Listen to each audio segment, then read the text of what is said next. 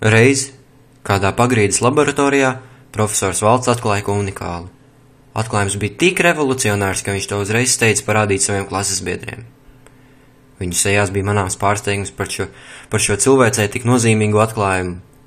Tā nāca klajā Siguldas svaigais gaiss.